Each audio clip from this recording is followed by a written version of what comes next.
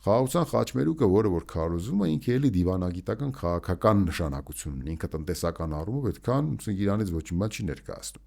Հիմա մենք էլ ենք պատկերացնում, որ Հայաստանը պետք է լոգիստիկ առումով խաչմերուկ լինի,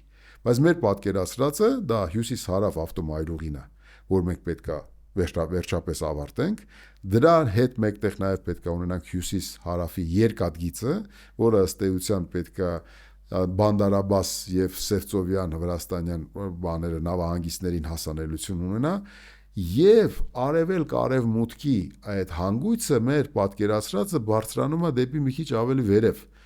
այն Իջևան,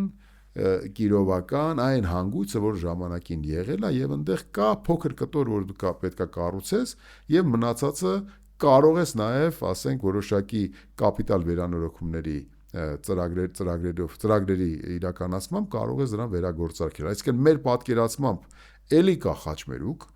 որի տակ կան հստակ ծրագրեր, որոնք նախկինում պատրաստ են եղել, պետք է ուղղակի մարդկանց հետ խոսելու ունակություն ունենաս։ Այն տասնամյակների ընթացքում մարդիկ, որոնք որ հաշվարկներ են արել, ծրագրեր են գրել, օրինակ Չինաստանի հետ բանակցել են, ունեն որոշակի պայմանավորվածություններ արդեն, դու պետք է այդ մարդկանց բերես, նստացնես, իրանց հետ խոսես, այդ ծրագրերն իրականացնես։ Այդ ծրագրերն իրականացնելուց հետո դու կունենաս իրական բաց հաղորդակցման ուղիներ եւ պատկերացրեք այդ բաց հաղորդակցման ուղիների ամբողջ երկայնքով մեկ ունես տնտեսական գոտիներ, որոնք որ լոգիստիկ առումով կպած են այդ հյուսիս-հարավին եւ արևելք-արևմուտքին։